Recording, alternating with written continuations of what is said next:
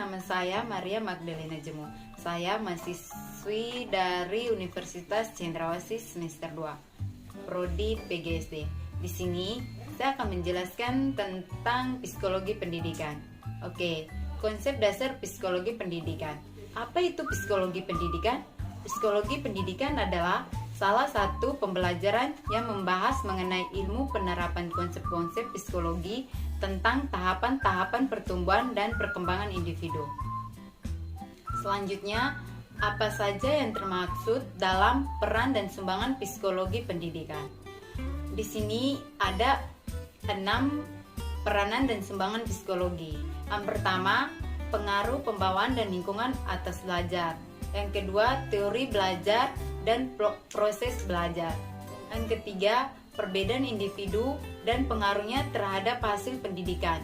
Yang keempat, hubungan antara teknik mengajar dan hasil belajar. Yang kelima, teknik evaluasi efektif atas kemajuan yang mencapai anak didik. Yang keenam, pengaruh kondisi sosial untuk anak didik atas pendidikan yang diterima. Yang berikut, tugas perkembangan. Apa itu tugas perkembangan? Tugas perkembangan adalah tugas yang datang pada waktu tertentu dalam kehidupan individu. Sebuah kesuksesan yang mengarah pada ketidakbahagiaan pada individu,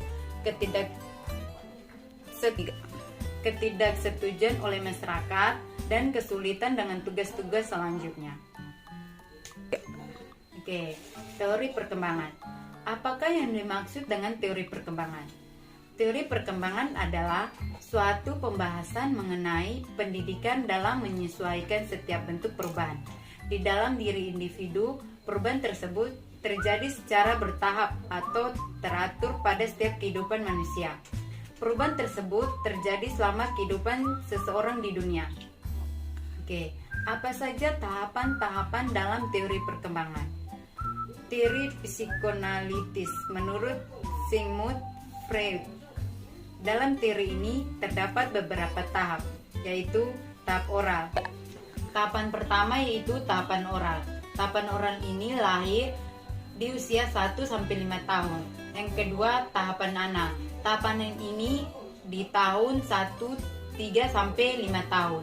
Tahapan palik ini adalah di usia 3-6 tahun.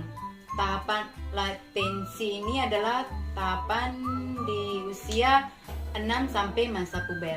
Tahapan genital adalah di masa puber dan seterusnya. Perbedaan individu. Apa itu perbedaan individu?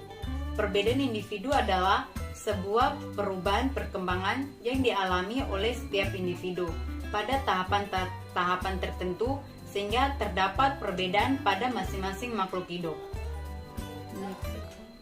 Apa saja ciri-ciri perbedaan individu? Ada 12 ciri-ciri, yaitu perbedaan kognitif, kecakapan bahasa, kecakapan motorik, perbedaan latar belakang, perbedaan bakat, perbedaan kesiapan belajar, perbedaan jenis kelamin dan gender, perbedaan minat dan bakat, perbedaan tingkah laku, perbedaan nilai, perbedaan konsep diri, dan yang terakhir, perbedaan kebiasaan belajar. Belajar dan pembelajaran. Apa itu belajar dan pembelajaran? Belajar merupakan perubahan tingkah laku. Perubahan ini terjadi karena latihan dan pengalaman.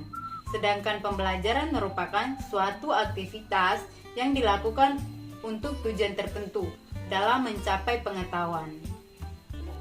Apa saja faktor-faktor yang mempengaruhi belajar? Yang pertama, faktor inteligensi.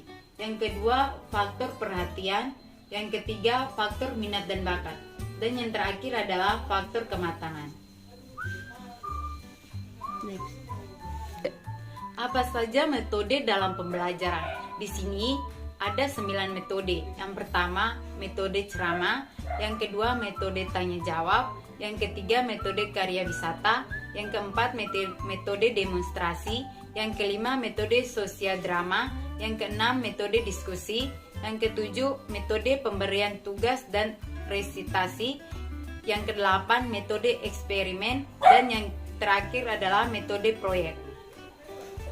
Evaluasi hasil belajar. Apa itu evaluasi hasil belajar? Evaluasi hasil belajar adalah suatu proses yang dilakukan untuk mengetahui tingkat kinerja akademik. Apa saja fungsi evaluasi? Di sini ada 4 fungsi evaluasi. Yang pertama, fungsi pengukuran kebersihan. Yang kedua, fungsi seleksi. Yang ketiga, fungsi diagnosis. Dan yang terakhir, fungsi penetapan. Apa saja macam-macam alat evaluasi? Yang pertama, tes awal. Yang kedua, tes akhir. Yang ketiga, tes seleksi. Yang keempat, tes formatif. Yang kelima, tes hasil belajar. Yang keenam, tes sikap. Yang ketujuh, tes verbal. Yang kedelapan, tes nonverbal. Yang kesembilan, tes lisan. Dan yang terakhir adalah tes non lisan.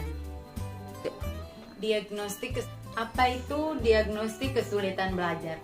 Diagnostik kesulitan belajar adalah suatu usaha yang dilakukan untuk meneliti kasus, menemukan masalah, serta usaha untuk menemukan letak dan jenis kesulitan belajar. Apa saja langkah-langkah diagnostik kesulitan belajar? Yang pertama, mengidentifikasi kasus kesulitan belajar. Yang kedua, identifikasi masalah. Yang ketiga, identifikasi faktor kesulitan belajar. Yang keempat, prognosis mengambil kesimpulan. Yang kelima, rekomendasi bagi pelaksanaan dan pemecahannya. Sekian penjelasan singkat dari saya. Semoga bermanfaat bagi teman-teman. Jangan lupa komen, like, dan subscribe. Sekian dan terima kasih.